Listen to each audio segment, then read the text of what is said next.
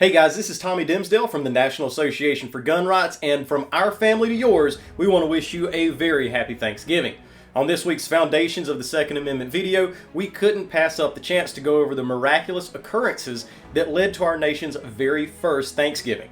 The road that led up to this event was tiresome and full of peril at every single turn, yet a group of Puritans, also known as the Pilgrims, braved the harsh elements and made the best out of every circumstance that came their way.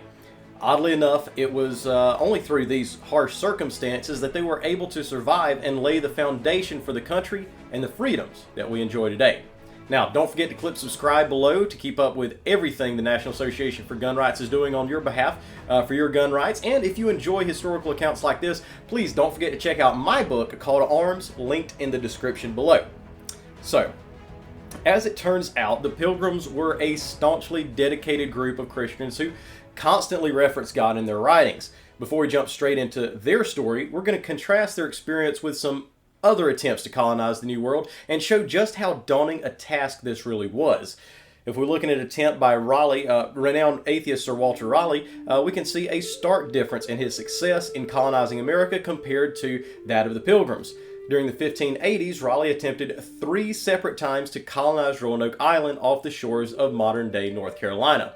The first group was in such misery that they took the first chance they could with a passing ship headed back to England. The last attempt that was made resulted in a mystery that goes unsolved to this day, known as the Lost Colony. Governor John White, leader of the colony, pledged to return within a year with badly needed supplies and food for his settlement and return to England. The situation was dire for the inhabitants of Roanoke, but many stayed, decided to brave the elements and the savages. To White's behest, the ship was severely slowed thanks to several stops by the Spanish Armada and complications from England's war with Spain. John's travels were delayed for nearly 3 years. He returned on August 18th of 1590 to find that his family, friends, and workers had completely vanished. For years, historians and archaeologists have tried to explain the incident with very little success. The camps had been left undisturbed with no sign of a struggle or any kind of attack. The only clues that could be found were the letters CRO chiseled in a post and the word Croatoan carved into a tree trunk. The nearby island of Croatoan seemed to be the first place to investigate, but the search turned up nothing. Modern archaeologists have found just a few fragments of 16th century pottery on the island, but very little to suggest an entire settlement had once lived there. Reports from the local hostile tribes claimed responsibility for the disappearance, but conflicting stories would never line up chronologically. Some rumors persisted that white Indians had been seen some generations later, compelling some to believe that the tribe at Roanoke simply assimilated in with the local Indian villages and mated with them. Numerous other rumors float around to this day, but it's doubtful anybody will ever really know the true happenings on Roanoke Island over 4 centuries ago. The next attempt to colonize the Americas was Jamestown in 1607. Now, this particular expedition exerted a more religious tone as its purpose for colonization. James I commissioned the expedition with the asking of the providence of Almighty God to assist them in into propagating of Christian religion to such people as yet live in darkness and miserable ignorance. In other words, the colonists wished to evangelize the natives. Even though this worthy cause sought protection from God, it did not necessarily guarantee success or safety. Sadly, the colonists donned a system of socialism to govern themselves, which ultimately led to disaster. The inhabitants of Jamestown had fallen into the trap of a society for the common good. No one individual had rights to any land, and the farming was all done as a community service. At the community food bank, people could drop off several bushels of corn while picking up some fresh meat someone else had killed, but this, of course, did not transpire as planned. As could be expected, someone could come to the storehouse and drop off a head of lettuce, but take several baskets of corn, some meat, and maybe some grain without any accountability or oversight. It was easy for people to abuse the system, and so individuals would often take advantage of the common good by not working and allowing others to take on the burden of feeding the colony. Once colonists figured out that they really didn't have to work, they didn't. As the pantries went bare and the food rations plummeted, the colonists started blaming each other for not pulling their own weight. This dire situation worsened, and before 1607 had ended, 66 of 104 colonists had died from starvation or sickness. After the first 6 months of 1609, 440 of 500 that had recently arrived also died. Things in Jamestown took a very dark turn for the worse when rescuers from England showed up to find colonists turning on each other, resulting to cannibalism for food. Socialism always looks good on paper and in theory, but capitalism is what steps in and demands individual responsibility. This leads us to the tale of the Pilgrims. This story has been redundantly told thousands of times in elementary schools across the country, but few know the actual miraculous path that this band of Jesus followers embarked on over 300 years ago. Contrary to popular belief, the Pilgrims, also derided by the term Puritans from those who looked down upon them, embarked on their journey not from England, but from Holland. The Puritans had originally sought to rid themselves from the Church of England, a church they believed to be driven more by men than their own desires rather than God and His will. The group of a few more than 1,000 people were disregarded as a radical, dangerous, and illegal group of extremists wanting to take over the church. The Pilgrims simply wanted to worship in a way that wasn't administered by man, but how they felt would be pleasing to God. After fleeing England, the band of Christians settled into Holland, a very religiously tolerant nation. After several years in Holland, they began to worry that the influence of the Church of England, as well as materialism and bustling commerce, would have a negative impact on their children. Amid these concerns, they began to lobby investors for funds to travel to the New World and begin life anew. As private investors signed on to the idea, the pioneers of the new Christian society made plans to cross the Atlantic in a little over 30 days. The Pilgrims had been given permission to land in what would now be New York. The island of Manhattan was designated for their colonization, as it was known for receiving the occasional merchant or company of fishermen and could help keep the colony fed. Life aboard the ship did not go as planned, however. The ocean was wrought with rough seas and storms, navigational problems haunted the trip, and the living conditions on board deteriorated rapidly as the trip extended far past the original time frame, lasting as long as 66 days, 30 days longer than expected, which meant less rations and 30 days less to prepare for the winter months. Not only that, but by the time the Pilgrims saw land, they realized they had missed their landing by over 250 miles, a possible deadly miscalculation. The island of Manhattan had been recommended to them for the fact that the area did see some fair amount of traders and hunters frequenting its shores. However, 250 miles north of that location would prove most difficult to survive in, considering how remote it was from the usual fishing and hunting routes. But upon seeing the shoreline, their leader, William Bradford, recalled their cheerfulness and thanks to God. Being thus arrived in a good harbor and brought safe to land, they fell upon their knees and blessed the God of heaven, who had brought them over the vast and furious ocean and delivered them from all the perils and miseries thereof, again to set their feet on stable earth, their proper element. The mood seemed to be consistent among the men, including Bradford, that with no welcoming parties, stores, places dressed, or luxuries, and with their back to an unending sea, the only solace the young pioneers could take would be none other than God Almighty. Despite the setbacks from the trip, the Pilgrims confided in their God and banded together into what was the first legal constitution of the New World, the Mayflower Compact, which read, "Having undertaken for the glory of God and advancement of the Christian faith and honor of our king and country, a voyage to plant the first colony in the northern parts of Virginia, do by these presents solemnly and mutually in the presence of God and one another, covenant and combine ourselves together in a civil body politic." The compact was signed on November 11th, 1620, upon the landing of Cape Cod for the gospel of Jesus Christ, and was the first legal document we know of to be signed on American soil. The group decided to move the ship and try to navigate their way back down the coastline to Manhattan in hopes of survival. Unfortunately, the November winds were particularly strong this year, and every single time they tried to leave the bay, the winds would push them right back into the cove. For an entire day, the men attempted to tear free from the gusts, but it ultimately proved useless. Many, feeling that this was some way of God's providence directing them to stay in Plymouth, decided to set up camp there and start making provisions for colonization. The early days were fraught with bitter cold and the constant threat of wolves, or worse yet, the savage natives. As exploration of the surrounding areas began, the colonists discovered a vast Indian camp formerly known as Pawtuxet.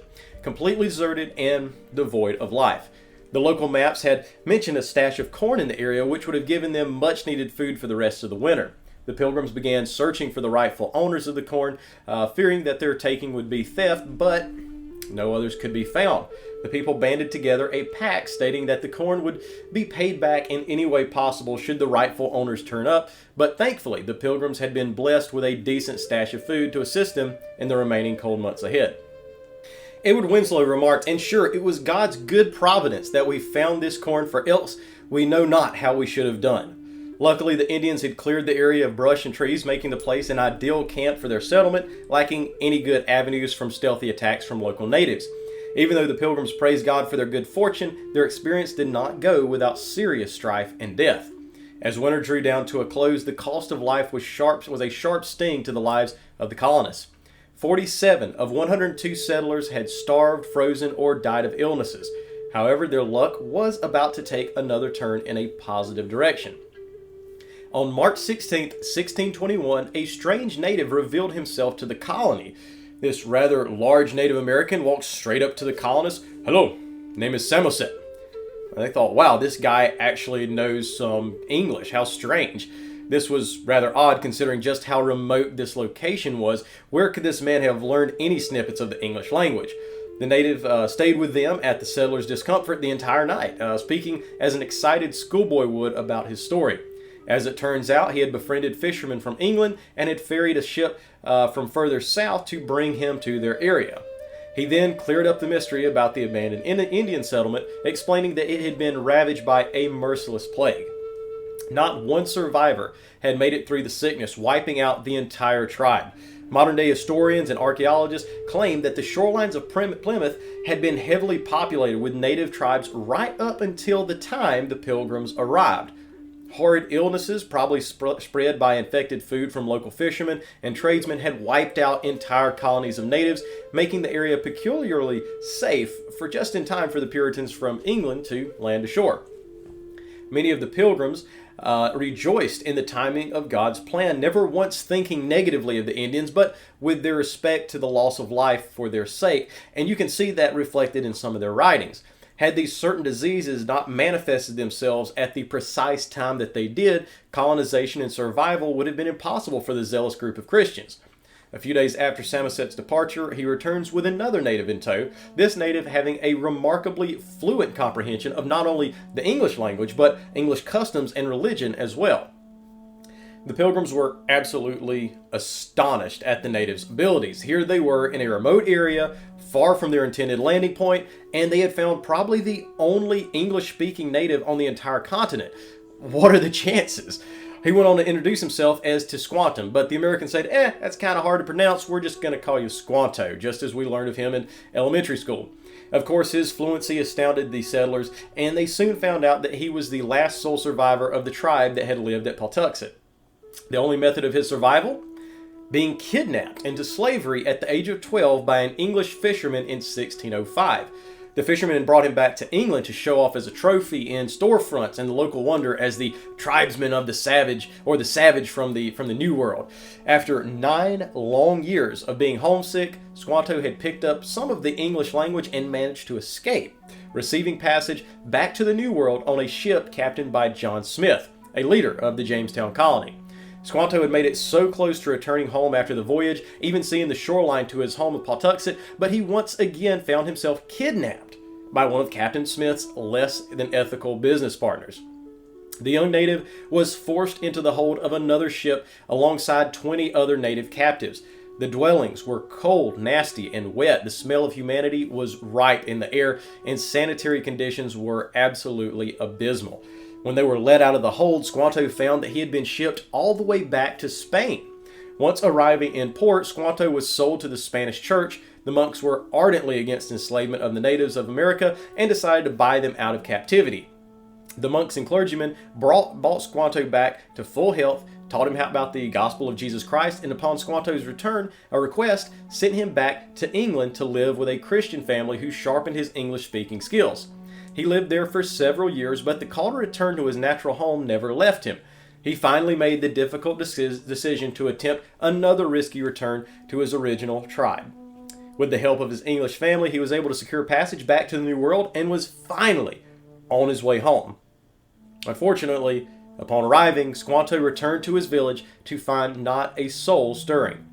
Panicked, he went to the other surrounding tribes looking for answers. They relayed the news to him of the passing of his tribe and the horrid disease that had taken them. Squanto lived for a few months by himself before assimilating with the Wampanoag tribe, the dominant tribe of the region, and soon after met with the Pilgrims. The Pilgrims, astonished at their good fortune to find an English-speaking Indian, invited Squanto to stay with them. In the months to come, Squanto served as the mediator between the Indian chief of the Wampanoags and the new settlers. A peace agreement was reached, and the two communities lived in harmony with each other.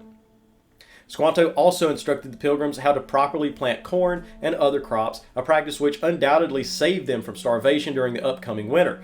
The mediator also instilled a belief in surrounding Indian tribes that the survival of the Pilgrims was a directive from God and their protection and prosperity was divinely inspired. The peace treaty that was secured lasted over 50 years as the Pilgrims and Indians flourished together in a great time of harmony. Thanks to Squanto and the intricately woven surrounding circumstances, the Pilgrims succeeded in their quest for a new colony. Subsequently, the Pilgrims joined together with the natives. Reportedly, 90 Wampanoag members with 53 Pilgrims enjoyed the nation's first ever Thanksgiving feast in October of 1621. Sadly, in 1622, Squanto made a journey with several tribe leaders to renew their agreement, but began coughing up blood on the journey back. He resolved to travel back to the settlers, wishing to be among his friends. The Pilgrims took him into their care and kept him as comfortable as long as possible. In one last happy twist of this tale, according to the writings from William Bradford, Squanto made a public declaration of faith, claiming Christ as his Savior before slipping into eternity. The circumstances surrounding the survival of the Pilgrims seems so highly unlikely that anyone can easily find the happenings as influence of divine providence. After having sailed 250 miles off course, finding a once populated land now devoid of dangerous savages, a stash of food to last them the first winter, and then finding what was probably the only English-speaking native on the entire continent willing to broker peace among the two groups, is simply astonishing and nothing short of a miracle. So, I hope this study of the Pilgrims and the miraculous occurrences surrounding their survival might stir some extra reason of thanks during this season of gratitude. So when you sit down with family, be grateful that our country can uniquely enjoy and celebrate the trials that this group of determined Puritans overcame 300 years ago. America has enjoyed blessings like no other nation, and because of that, we have the unique responsibility to take advantage of those blessings, to make them count in the long haul. So, will you let this Thanksgiving pass by just like any other, or will you resolve to not only count your blessings, but set your path to utilize those blessings and join the good fight for the rights we hold so dear? We certainly hope you'll join us in doing just that by clicking the link to join in the description below. Other than that, y'all have a very blessed Thanksgiving.